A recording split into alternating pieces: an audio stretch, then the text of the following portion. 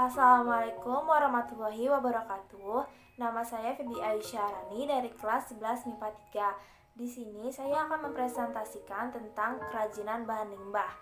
Nah, limbah sendiri itu dibagi menjadi dua jenis, yaitu limbah organik dan limbah anorganik. Limbah organik adalah limbah yang mengandung unsur karbon, jadi dia bisa membusuk. Contohnya seperti buah-buahan, sayuran, kotoran hewan, maupun kotoran manusia. Sedangkan limbah anorganik adalah limbah yang bentuknya padat. Nah, limbah ini cukup sulit atau bahkan sangat sulit untuk terurai. Dia ini tidak bisa membusuk seperti limbah organik. Jadi, meskipun ada limbah anorganik yang bisa terurai dengan sendirinya, itu akan membutuhkan waktu yang sangat lama. Limbah anorganik ini biasanya berasal dari perindustrian, dari pertambangan maupun domestik.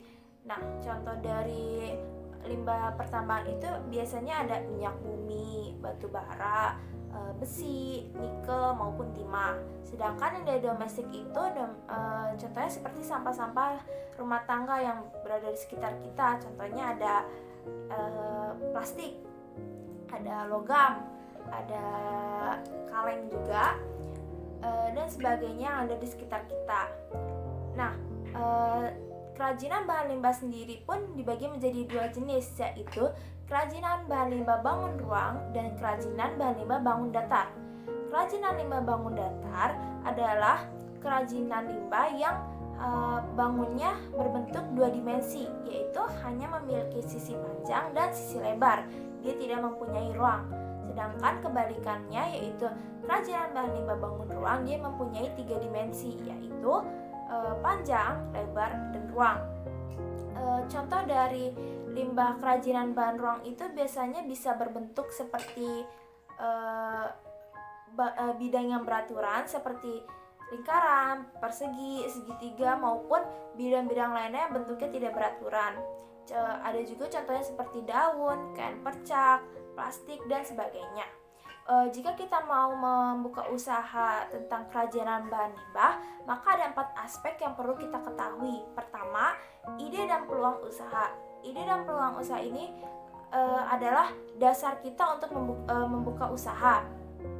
Jadi kita harus tahu apa saja sih yang ingin kita buat, apa saja yang tujuan kita yang harus kita capai.